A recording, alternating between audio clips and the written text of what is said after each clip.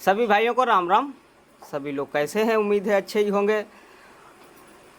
आज फिर मैंने SPD 30 पैड पर एक ढोलक कहरवा का पेंच बनाया है। बहुत अच्छा पेंच बना है, आप लोग इसे ज़रूर बनाएं अपने पैड में। और ये ख़ास करके जिनके भाइयों के पास 30 पैड है उन्हीं के लिए पेंच ज़्यादा बेस्ट रहेगा। बाकी बना तो हर पैड में सकते हैं, और उन्हीं के लिए मैंने ये पेंच बनाया है। आप लोग बनाएं अपने पैड में। और आइए आपको पहले बजा के दिखा देता हूँ, उसके बाद क्या क्या इंस्ट्रूमेंट है वो आपको बताऊँगा डिस्प्ले के द्वारा दिखा के। और जो भाई इसमें हमारे बजाने के अनुसार या बताने के अनुसार कुछ अगर गलती हो जाए तो हमसे कमेंट में पूछ सकते हैं, मैं आपको बताने की कोशिश करूँगा। आइए चलते हैं पैड की ओर। पहले आपको बजा के दिखा देता हूँ।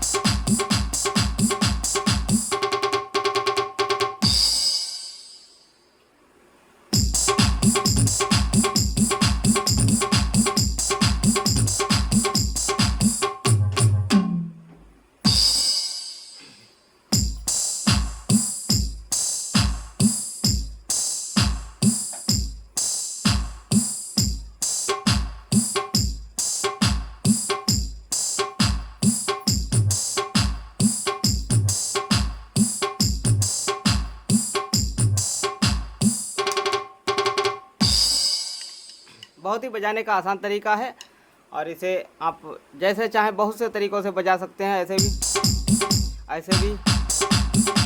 ऐसे भी पूरा बजा सकते हैं। और इस गद्दे को भी आप मिला सकते हैं, इसको मिलाएंगे तो कुछ अच्छा लगेगा, भरा पूरा आएगा। और बजा सकते हैं, बना सकते हैं। आइए आपको क्या क्या इंस्ट्रूमेंट लगा है वो बता। आइए देखते हैं क्या क्या इंस्ट्रूमेंट है। पहले इंस्ट्रूमेंट देखते हैं। पहले खाने का इंस्ट्रूमेंट एक ही बैंक, दूसरे का दोनों बैंक है, तीसरे का दोनों बैंक है, चौथे का दोनों बैंक है, पाँचवें का दोनों बैंक है, छठे का एक बैंक, सातवें का दोनों बैंक है, आठवें का एक बैंक। चलते हैं। पहले खाने का पिच, दूसरे खाने का पिच, तीसरे का, चौथे खाने का, पाँचवें का, छठे का, सातवें का और आठवें का।